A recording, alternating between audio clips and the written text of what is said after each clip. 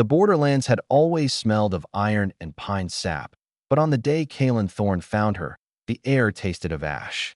Smoke rolled low across the tree-line where human scouts and orc raiders had collided at dawn, leaving behind the usual ruin, splintered shields, trampled earth, and the kind of silence that only followed screaming. Kalen moved through it alone, longbow slung across his back, blade loose in his hand. He had survived enough skirmishes to know that the dead were not the only danger after battle. Sometimes the wounded were worse. Sometimes vengeance lingered in the underbrush, waiting for one more throat to cut before the sun fully set. He stepped carefully over a fallen human soldier, offering a brief, wordless nod of respect before continuing toward a section of collapsed wagons that had caught fire during the clash. Something had drawn him there, movement, perhaps, or instinct. Rangers survived on instinct. The wreckage crackled faintly as embers consumed what little remained of wood and canvas. Kalen nearly turned away. The fighting was over. Reinforcements would come to collect their dead. His duty was done. But then he heard it, a thin, strangled sound beneath the debris. Not a battle cry, not a growl, a cough. He stilled, listened again. There, faint, trapped. He swore under his breath and moved toward the shattered wagon despite the heat biting at his skin. With a grunt, he shoved aside a broken axle and pulled back smoldering planks. Beneath them lay a small, armored form pinned by a beam. Green skin, dark braids matted with blood, tusks barely formed. Too young. An orc. Kalen's jaw tightened. He had buried friends because of orcs. He had tracked raiding parties for years through these forests. He knew what clan banners flying on the horizon meant. Fire, slaughter, reprisal. Everything in him whispered to walk away. Let the smoke finish what the battle had begun. That would be justice, some would say. That would be balance. But justice had never coughed like that. Never tried to drag itself free with trembling hands. The girl's amber eyes snapped open as he cleared the beam. For a split second, they burned with feral hatred. She tried to reach for a dagger that wasn't there. Her strength failed almost instantly. Blood soaked the leather at her side. An arrow had pierced clean through, broken at the shaft. Human make. His people's craft. Don't, he muttered as she struggled. You'll bleed out. She spat weakly in his direction. It didn't reach him. He hesitated only once more, just long enough to understand what this choice would cost. Then he snapped the remaining wood aside and lifted the beam fully. The effort strained his shoulders, but the girl rolled free. She nearly collapsed face first into the mud before he caught her. She was lighter than he expected. Smaller. War had shrunk both their peoples, he supposed. Hold still, he ordered quietly, though she likely didn't understand his tongue fully. He broke the arrow carefully, pushing the rest through rather than pulling it back. She bit down on a scream with a warrior's stubbornness that surprised him. Sweat beaded at his temple as he wrapped a field bandage tight around her ribs. Too much blood already lost. She would not survive alone. Why? She rasped in accented common. The words sounded torn from her throat. He didn't answer. Not because he lacked one, but because none of his answers made sense anymore. He hoisted her carefully over his shoulder and stepped away from the burning wreckage. If either patrol found them, they would assume capture. Or betrayal. Both carried a death sentence. The forest swallowed them quickly. By dusk, Kalen had carried her miles from the battlefield to a small ranger's hideaway hidden among stone outcroppings. He lowered her gently onto furs near the hearth and fed the fire just enough to keep warmth without smoke signaling their position. She stirred once, eyes barely opening. You should have left me, she murmured faintly. Maybe, he said. Outside, wolves howled somewhere far in the hills. The borderlands were unforgiving to the weak, to the wounded, to the merciful. Kalen cleaned blood from his hands slowly, staring at the green stain on his palms as if it were something foreign. He had not saved a comrade. He had not captured an enemy. He had done something far more dangerous. He had chosen mercy, and mercy, in these lands, always demanded a price. Lyrasha woke at dawn to the scent of pine smoke and unfamiliar leather. For a heartbeat, she thought she was back in her clan's war tent, listening to the steady breathing of sentries outside. Then pain bloomed along her ribs, sharp and undeniable, and memory crashed over her in fragments. Fire, shouting, the weight of a beam crushing the air from her lungs. Human arrows. Falling. Darkness. Her eyes snapped open and immediately found him across the small shelter. The human ranger, seated near the doorway with his back to the wall, bow across his knees. He had not slept. They stared at one another in silence thick as frost. "You are alive," she said, her voice hoarse but steadier than the night before. "For now," Kaelin replied. Her gaze shifted briefly to the careful bandaging at her side. It was done correctly, tight enough to slow bleeding, clean enough to avoid infection. Not the work of a careless enemy. She pushed herself upright despite the protest in her body. Pride demanded she not lie helpless before him. "You should have killed me," she said. He didn't answer immediately. His expression was unreadable, carved from years of patrol and loss. Would that have changed what happened? She studied him more carefully now. Not the uniform of a soldier. Ranger leathers. Forest-worn. This was not a battlefield commander. This was someone who chose quiet edges over loud glory. "You do not know who I am," she said. "I know enough." "No," she insisted, lifting her chin despite the weakness in her frame. "You do not." He waited. "I am Lyrasha of Blackstone," she declared, voice carrying the weight of lineage even in pain. "Daughter of Chieftain Gorvok Ironblood." The words landed between them like drawn steel. Kaelin's jaw tightened ever so slightly. Even he knew that name. Gorvok Ironblood was no mere raider. He commanded one of the largest clans in the northern mountains. Blackstone banners had darkened the horizon more than once in Kaelin's lifetime. "So," Kaelin said quietly, "I pulled a storm from the fire." Before Lyrasha could respond, the forest outside shifted. Not wind, not wolves. Movement, disciplined and deliberate. Kaelin was on his feet instantly, bow drawn, arrow nocked. Lyrasha recognized the pattern in the silence beyond the trees. "Orc scouts. Blackstone scouts. They tracked the blood," she whispered. "Yours or mine?" he asked. "Both." The first warrior stepped into view moments later, massive, armored in dark iron plates etched with clan sigils. More followed, emerging from shadows with lethal precision. They saw Kaelin first. Weapons lifted. "Stand down," Lyrasha commanded sharply, her voice cutting through the tension like a blade. The scouts froze. Recognition flickered across their scarred faces. Relief. Then fury. "He carries you like spoil," one growled in Orcish. "He carries me alive," she replied in the same tongue. Their eyes shifted to Kaelin. Calculation replaced immediate violence. The leader stepped forward slowly, lowering his axe just enough to signal restraint without surrender. "You saved her?" he asked in heavily accented common. Kaelin kept his bow drawn, but angled slightly downward. "I removed a beam. The rest she survived herself." A murmur passed among the warriors. Orc law was old and rigid.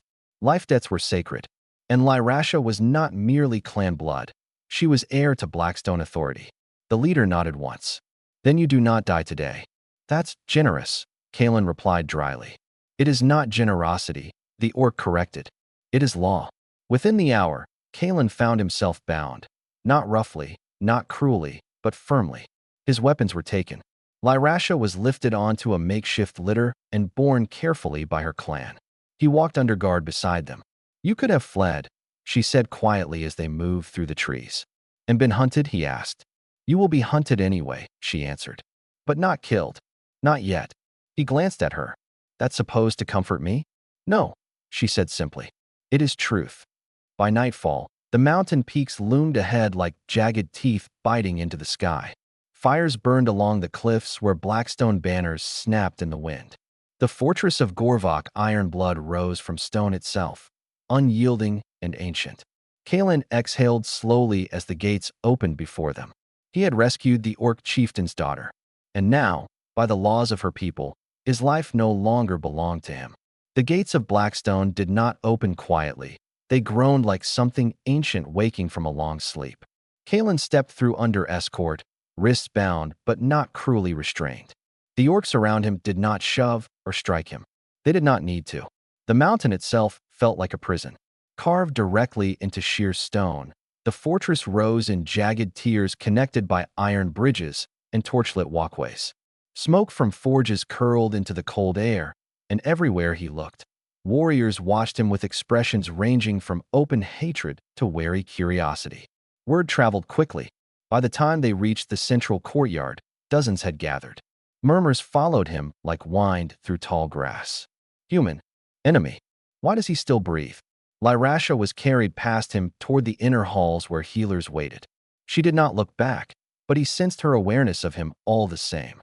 The bond between rescuer and rescued was not sentimental here. It was law, and law mattered to orcs more than comfort ever would. The courtyard fell silent as a massive figure descended the stone steps above. Gorvok Ironblood. Even wounded from past battles, the chieftain radiated authority. His armor bore dents that had never been repaired, each mark a story of survival. His gray-streaked braids hung heavy against broad shoulders, and his amber eyes fixed on Kalen with the weight of judgment. So, Gorvok rumbled, voice like distant thunder. You are the human who pulled my blood from fire. Kalen straightened despite the bindings. She would have died.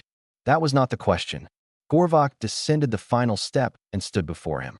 The difference in size was undeniable, yet Kalen did not lower his gaze. Years on the border had taught him that fear invited death faster than defiance. You could have left her, Gorvok said. Your people would call that victory. Maybe, Kalen replied evenly. But I didn't. A ripple passed through the gathered clan. Some bristled at his calm tone. Others seemed unsettled by it.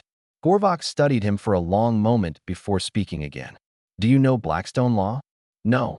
If a life of the chieftain's blood is saved by enemy hand, that hand is bound to the clan. Not as slave, not as guest, as debt. Kalen's jaw tightened slightly, meaning, your life belongs to Blackstone until balance is restored. A murmur of approval followed the declaration. Some warriors nodded. Others frowned, clearly dissatisfied that execution was not immediate. And how is balance restored? Kalen asked. Gorvok's eyes flickered toward the inner halls where Lyrasha had been taken. That is for my clan to decide. Before Kalen could answer, a scarred warrior stepped forward from the crowd. Chieftain, he growled. This human has slain Blackstone warriors before. I saw him at the border 3 winters past. Recognition stirred faintly in Kalen's memory. The man had been there, snow falling thick between trees, steel flashing in white silence. He had survived that clash. Many had not. Then he owes blood. The warrior continued. Law does not erase war. Gorvok raised one massive hand, and silence fell instantly. Law stands above vengeance. The words were final, but tension lingered like a drawn bowstring. You will not be harmed, Gorvok told Kalen. But you will not leave. Kalen gave a humorless half-smile. So I'm a prisoner. No, Gorvok corrected. You are responsibility. The distinction felt thin. Guards led Kalen from the courtyard to a stone chamber carved into the mountain's inner wall. There were no iron bars, no chains fixed to stone, just a single exit watched by 2 armored sentries.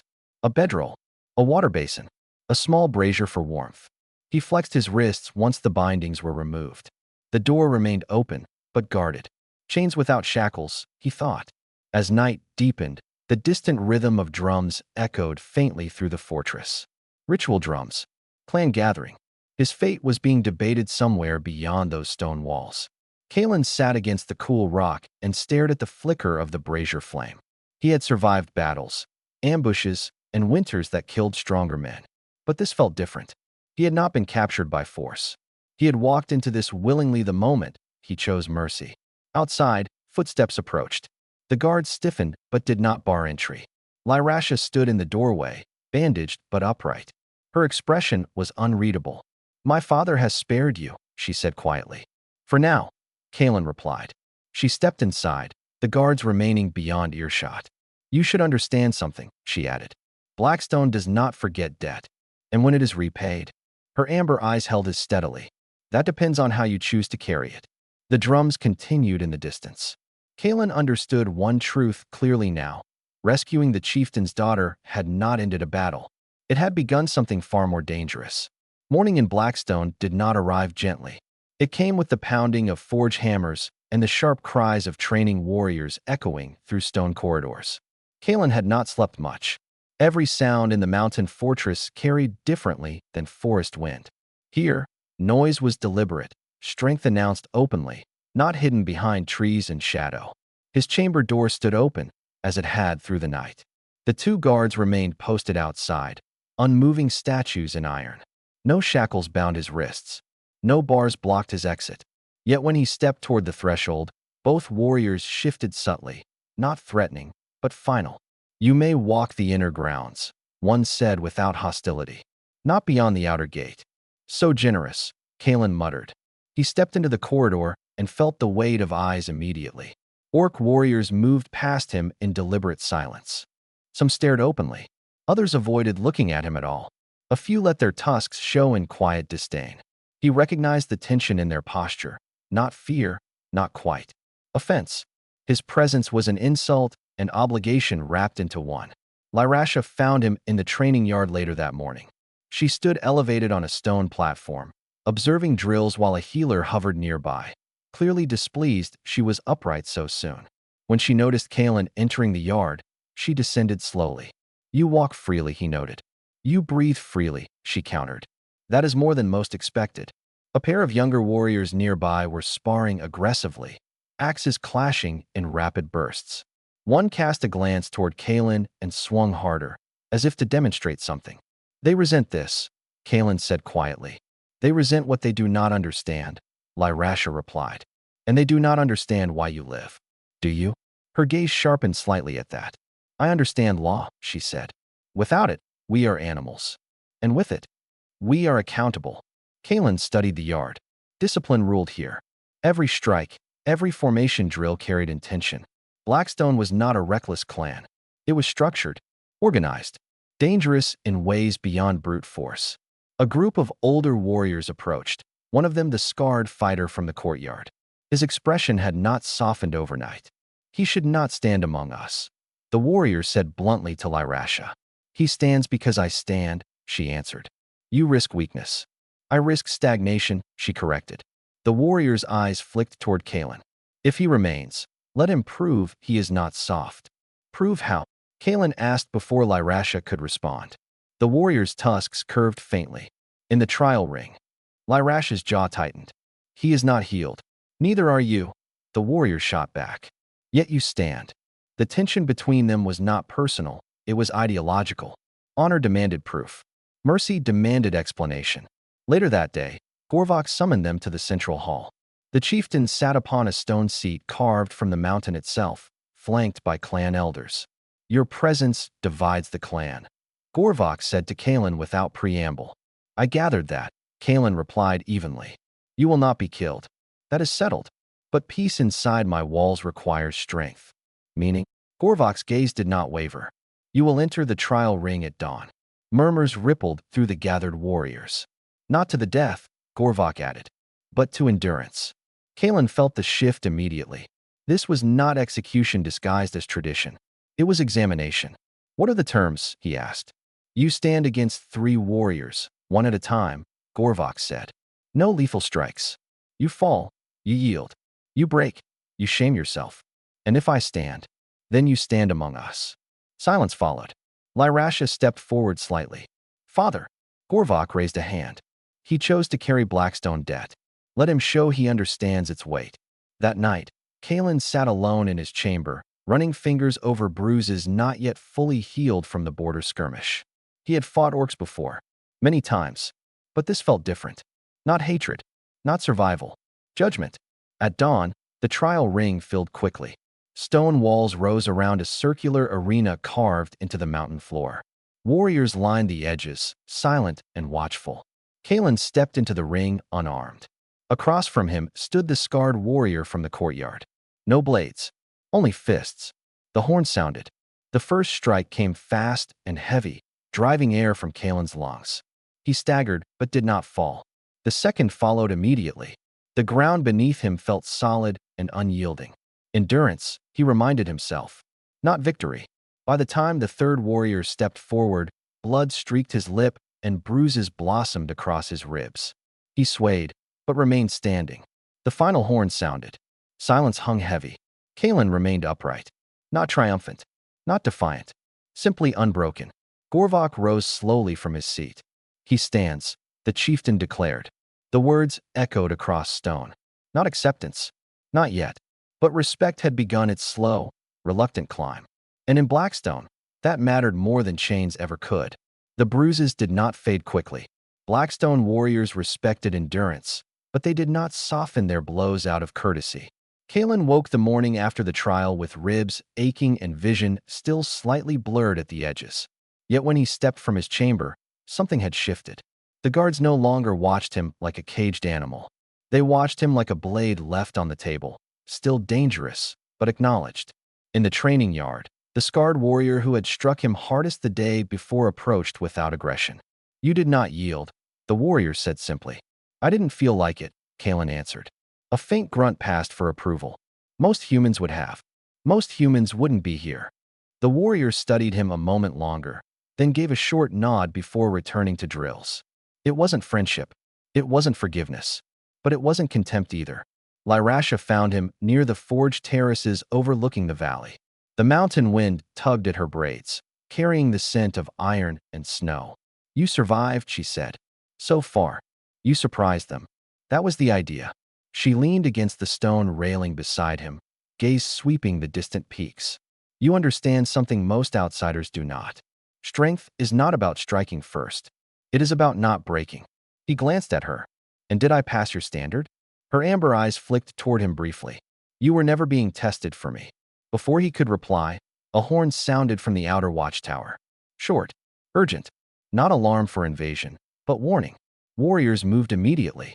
Discipline replaced calm in an instant. Kalen followed Lyrasha toward the eastern overlook where scouts gathered, breath clouding in the cold air. "What is it?" she demanded. "Riders," a scout answered. "Human banners." Kalen's stomach tightened. Through the mountain pass below, a column of armored soldiers advanced cautiously, carrying the crest of the southern kingdom. "His kingdom. They think you've been taken," Lyrasha said quietly. "They're not wrong." Gorvok joined them moments later, massive presence cutting through the tension like a drawn blade. "Your people come armed," the chieftain observed.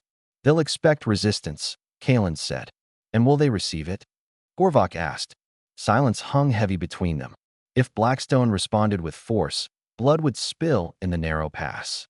Human soldiers would fall. Orc warriors would answer. The fragile threads holding peace would snap. "They're here for me," Kalen said finally. "Let me speak to them." Murmurs erupted immediately. "You would walk into their ranks?" a warrior demanded. "They're less likely to fire on one of their own," he replied. "They may think you coerced." "They may," he admitted.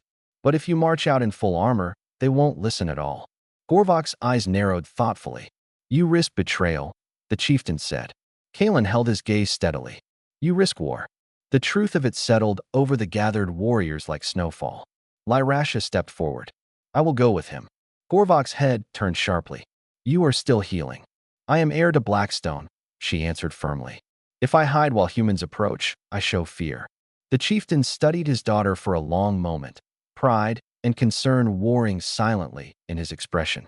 "Very well," Gorvok said at last. "But hear this. If blood is drawn, Blackstone answers." "Understood," Kalen said.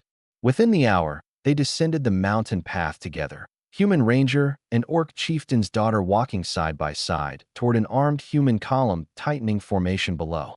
Kalen recognized the captain at the front immediately. Captain Darian Holt. A veteran. Practical. Suspicious. Holt's hand tightened around his reins when he saw Kalen emerging from the pass beside a green-skinned figure. "Thorn," Holt shouted. "Step away from them." "I'm not a prisoner," Kalen called back. Holt's eyes flicked to Lyrasha's armor, to the warriors lining the ridges above. "Looks like you are." Lyrasha stepped forward before Kalen could respond. "He stands by Blackstone law," she declared loudly. "Not by chain." The human soldiers shifted uneasily. Holt dismounted slowly, eyes never leaving the ridgeline where orc sentries watched in still silence. "We came to retrieve you," Holt said tightly. "I'm not retrieving," Kalen replied. "Not yet." A long pause stretched between them. "You trust them?" Holt asked quietly. Kalen considered the bruises still throbbing along his ribs. The trial ring. The discipline. The restraint. "Yes," he said. The word landed heavier than any weapon. Behind him, Lyrasha did not move, but he felt her attention sharpen. Holt exhaled slowly. "You understand what this looks like back home?" "I do." "They'll say you defected." "Let them talk." The captain studied him one last time before giving a short nod. "We hold position at the pass," Holt said. "For now." It wasn't peace. But it wasn't war either. As the human columns settled at the mountain's edge and Blackstone warriors returned to their watch, Kalen felt the true weight of what he had stepped into. He no longer belonged fully to either side. And that, more than any bruise, was the beginning of the real cost. The fragile calm lasted 3 days. Human soldiers camped at the mountain pass under strict orders not to advance.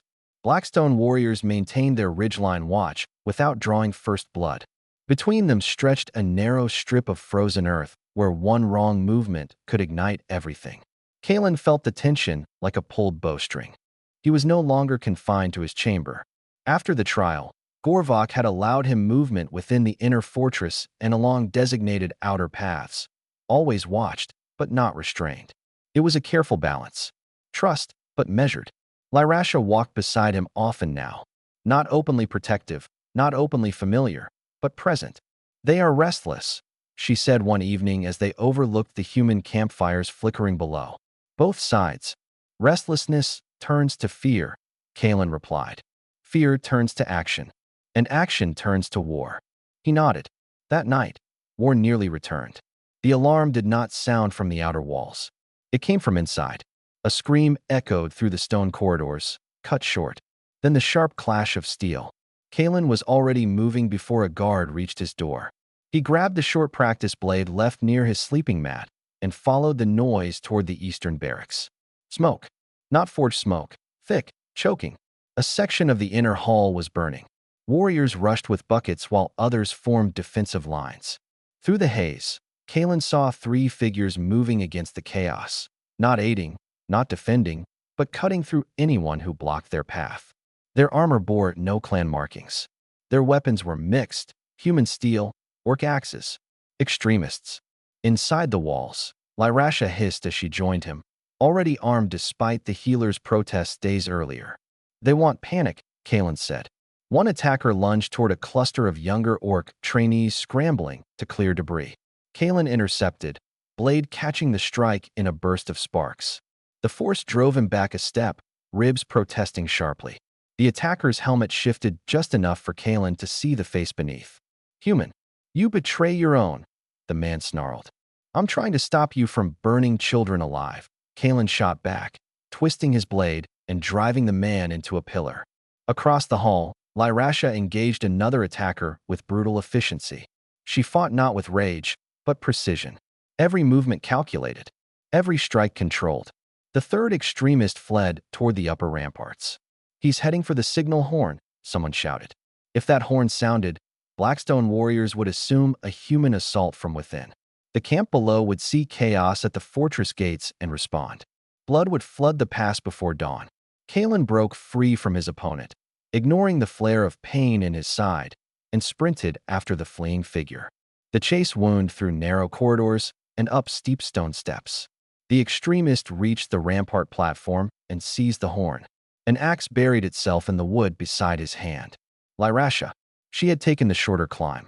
The man turned wildly, drawing a concealed dagger. Kalen closed the remaining distance and drove him back against the stone wall. "You'd burn both sides," Kalen said through clenched teeth. "They deserve it," the man spat. "Peace is weakness. War is purity." Lyrasha's eyes flashed, not with fury, but something colder. "You are not warrior," she said evenly. "You are coward." The extremist lunged one last time. Kalen disarmed him. Lyrasha struck him unconscious with the blunt edge of her axe. Silence fell heavy across the ramparts. Below, the fires were contained. The horn had not sounded. Inside the fortress, wounded were tended, but none were dead. Gorvok arrived moments later, his presence like a storm gathering over stone. He looked at the unconscious extremist, then at the mixed weapons scattered across the floor. "They are not only human," he said. "No," Kalen replied. "And not only orc." Gorvok's jaw tightened. "They seek to fracture us from within."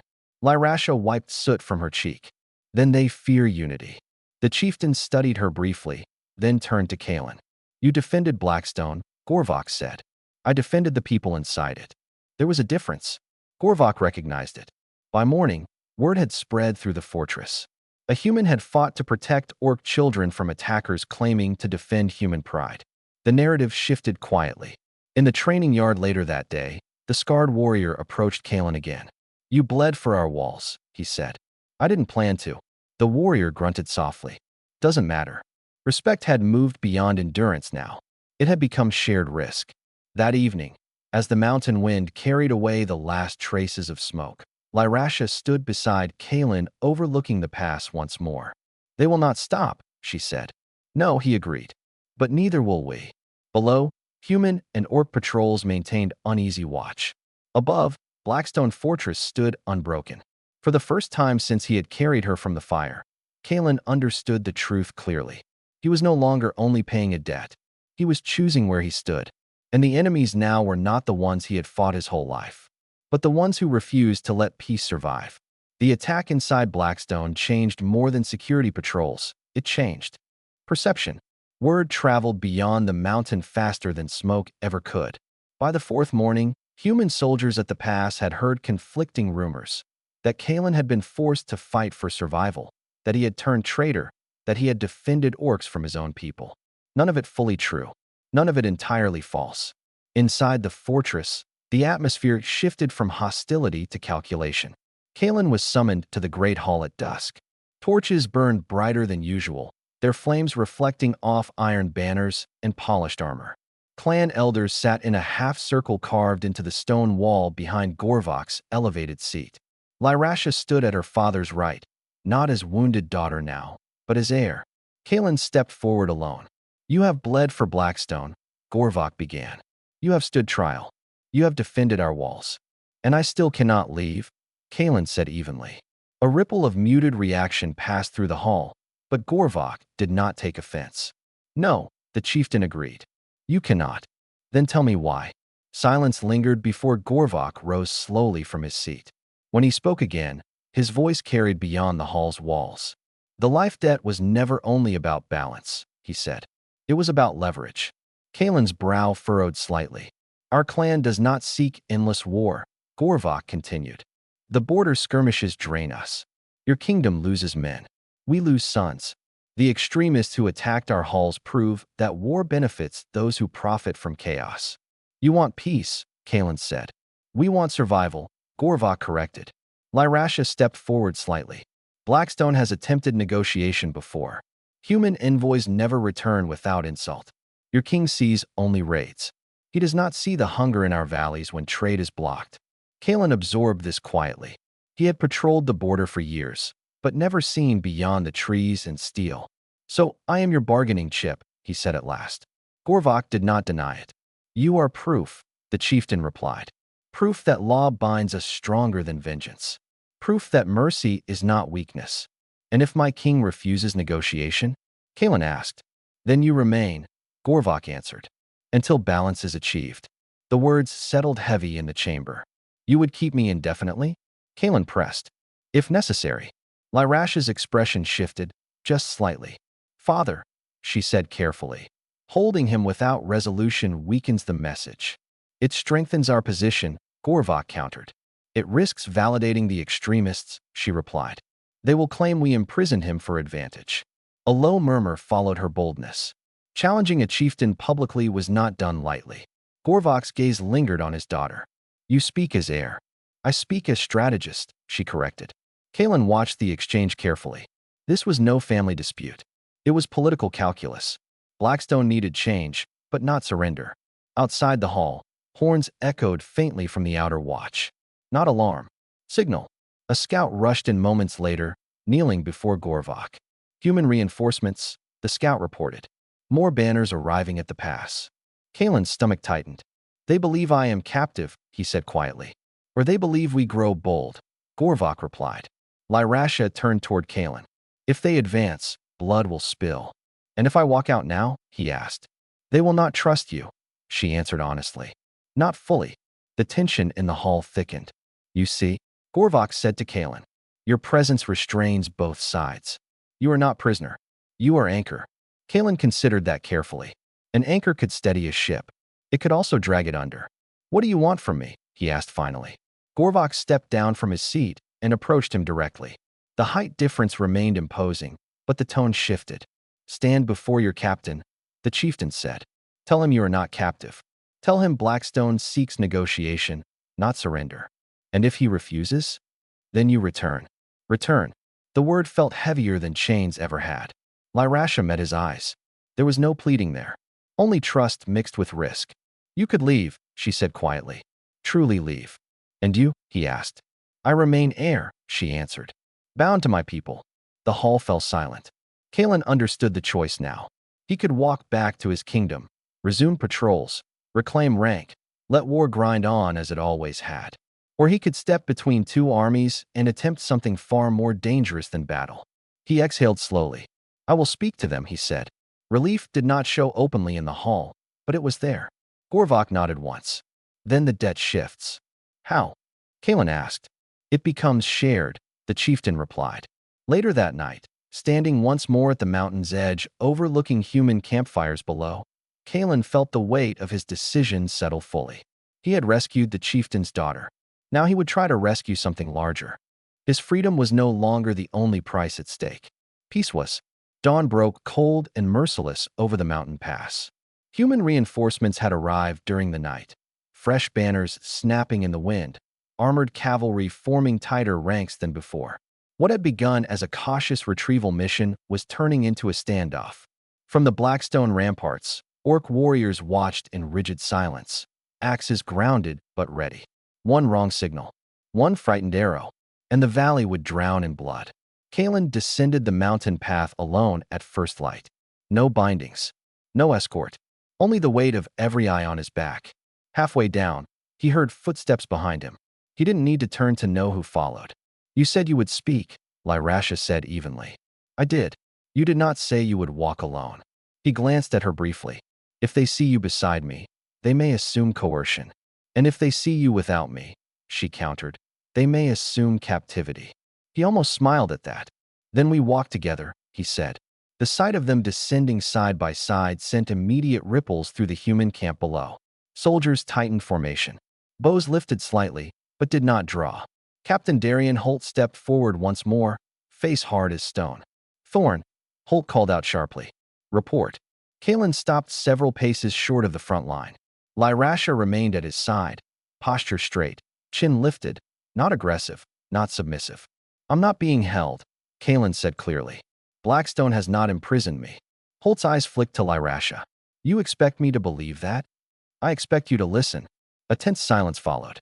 Behind Kalen, he could feel Blackstone warriors lining the ridge above, unseen but unmistakable. If this conversation failed, they would descend, and humans would answer. They attacked our outpost weeks ago, Holt said tightly. You were missing after the skirmish. I was present when the outpost burned, Kalen replied. I was also present when extremists attacked Blackstone from within. Holt frowned. What extremists? Human and orc alike. Lyrasha spoke now, voice carrying cleanly across the cold air. Those who profit from endless war. Murmurs spread through the human ranks. You expect us to trust an orc chieftain's daughter? A soldier muttered. Lyrasha's gaze shifted toward him, not hostile, not flinching. You expect us to trust a kingdom that marches armies at our gates. The tension tightened. Kalen stepped forward slightly. Listen to me, he said firmly. Blackstone could have killed me the moment they brought me through their gates. They didn't. I stood trial. I fought for their walls. And when extremists tried to ignite war from inside their fortress, we stopped them. Holt's jaw clenched. Why? Because war benefits the wrong people, Kalen answered. Because every winter we bury more of our own. Because neither side wins. Silence lingered longer this time. You're asking us to stand down, Holt said slowly. I'm asking you to open negotiation, Kalen replied. And if your chieftain refuses compromise? Then I return to Blackstone, he said without hesitation. And you will know I chose that. The honesty struck harder than persuasion ever could. Holt studied him, measuring loyalty, resolve, risk. Behind them, a nervous human archer shifted too quickly. An orc warrior on the ridge misread the motion. An axe lifted. Time seemed to fracture. Kalen saw it happen in an instant. The chain reaction of fear about to detonate. Stand down, he roared, turning sharply toward the ridge.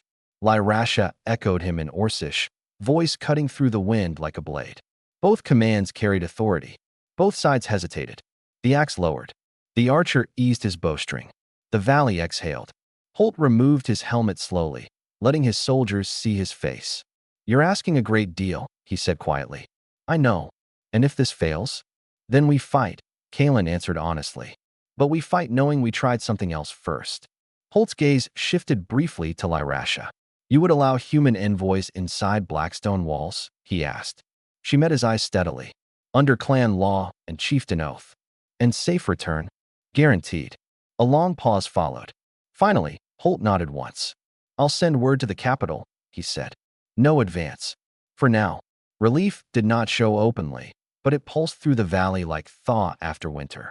As human soldiers eased formation and Blackstone warriors retreated from the ridgeline, Kalen felt the true weight of what had just happened. Not victory, not peace, but restraint. He turned to Lyrasha. That was close, he said. Yes, she agreed quietly. Below them, two armies remained separated by nothing more than choice. And for the first time in generations, choice had won. Negotiations began under a sky that threatened snow.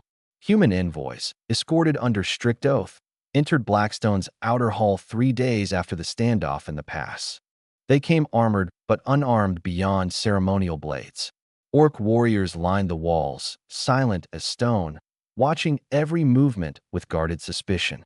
Kalen stood between them, not as soldier, not as prisoner, but as something harder to define. Anchor, leverage, risk. At the head of the hall, Gorvok Ironblood sat beneath the carved sigil of Blackstone. Lyrasha stood beside him, posture steady, expression unreadable. Across from them, Captain Holt and 2 royal diplomats bowed stiffly but did not kneel. The air was thick with decades of grievance.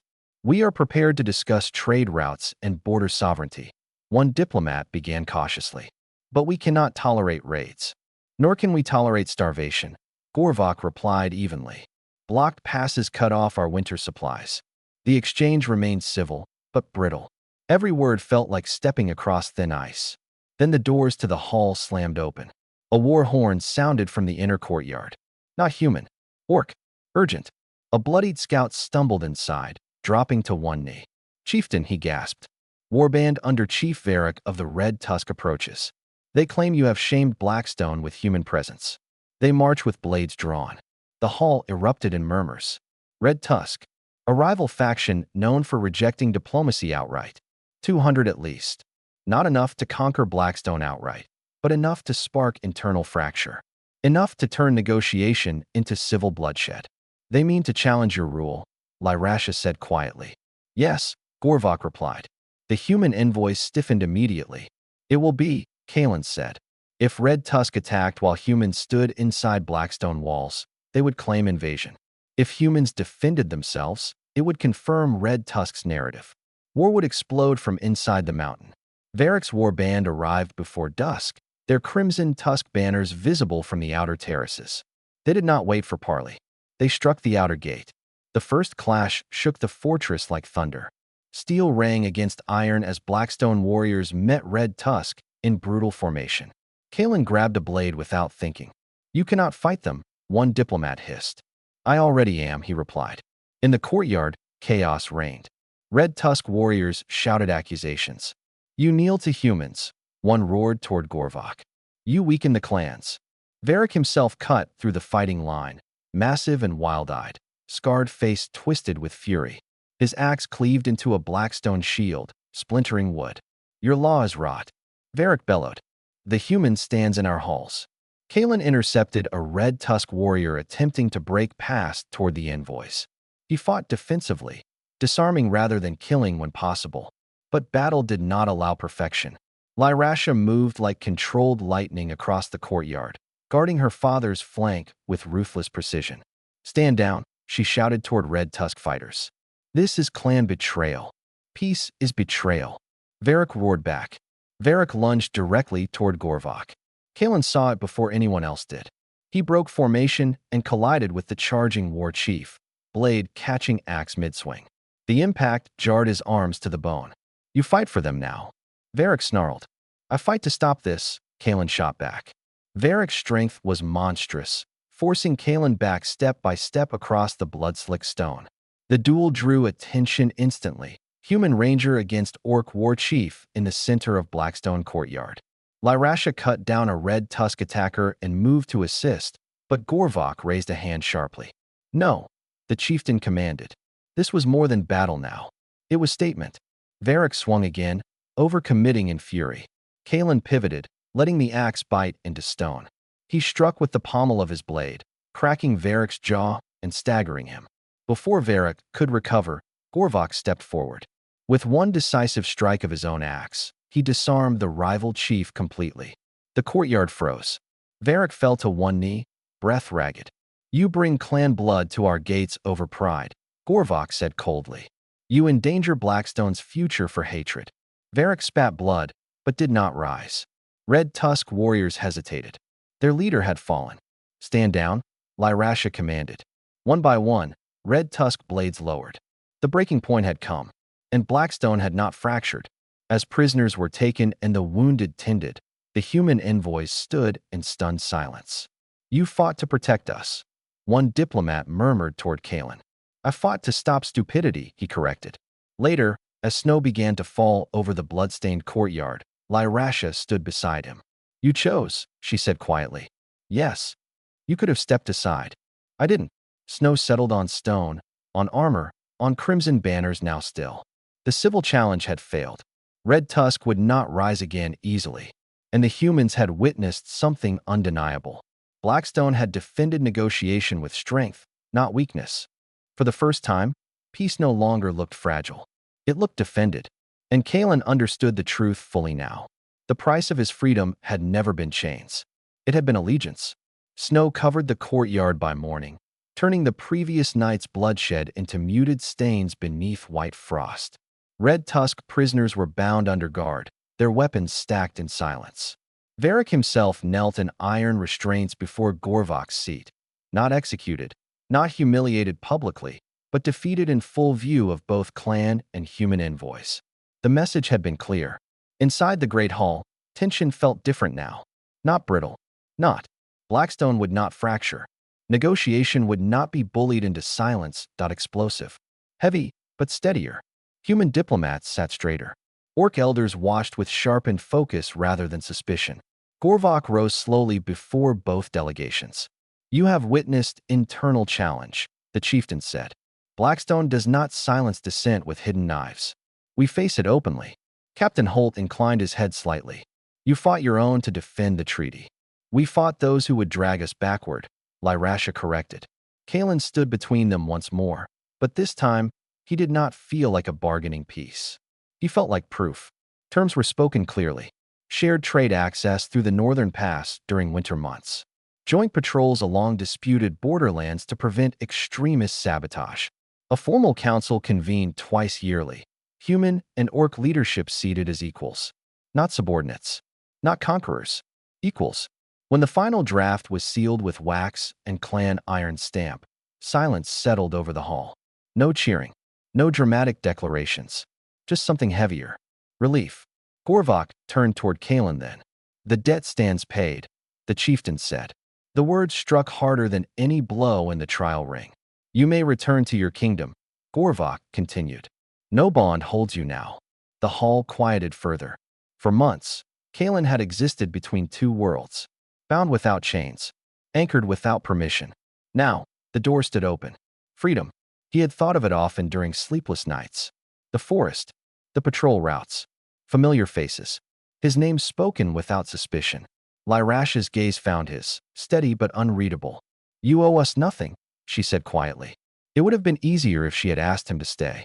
Easier if Gorvok had demanded continued presence. But they did not. Choice, once again, rested with him. Kalen stepped forward slowly.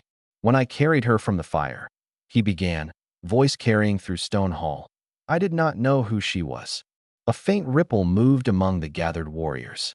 I did not act for treaty, or leverage, or strategy. He glanced briefly toward Lyrasha. I acted because leaving her would have made me less than I want to be. Silence deepened. If I leave now, he continued, the treaty stands. But the bridge between us remains fragile. Gorvok watched him carefully. You would remain, the chieftain asked. For a time, Kalen answered. Not as prisoner, not as debt, as envoy. Murmurs spread, human and orc alike. Captain Holt stepped forward. You'd give up rank for this. Kalen gave a faint smile. Rank is easier than peace. Lyrash's posture shifted almost imperceptibly, relief held tightly beneath composure. Gorvok studied him for a long moment, then nodded once. Then you stay by choice, the chieftain declared. And choice carries greater weight than obligation. The agreement was recorded. The mountain gates opened not for prisoner release, but for shared patrol departure. Human soldiers returned south with news not of captivity, but of alliance. Orc scouts began escorting trade caravans through passes once marked by ambush. Seasons shifted. Snow melted. Grass returned to the borderlands where battle had once scorched earth black. Months later, Kalen stood once more at the edge of the mountain path, overlooking the valley. But this time, the sight below was different. Human merchants haggled openly with orc smiths. Children, human and green-skinned alike, ran between wagons without flinching at armor or tusks. The change was not perfect, not complete, but it was real. You never answered me, Lyrashus said, stepping beside him. About what? Why you truly stayed? He considered the question. Because walking away would have been easier, he said finally. And I was tired of easy. A faint smile touched her lips. You are free now, she said. Yes. And yet you remain. He looked out over the valley once more. Freedom isn't always leaving, he replied quietly. Sometimes it's choosing where you stand. The wind carried the sound of distant forge hammers and caravan wheels. The life debt had been paid. The price of his freedom had been heavy. But what he gained was something war had never offered him. A future not built on ashes. And this time, when he looked at the borderlands, he did not see smoke rising. He saw bridges for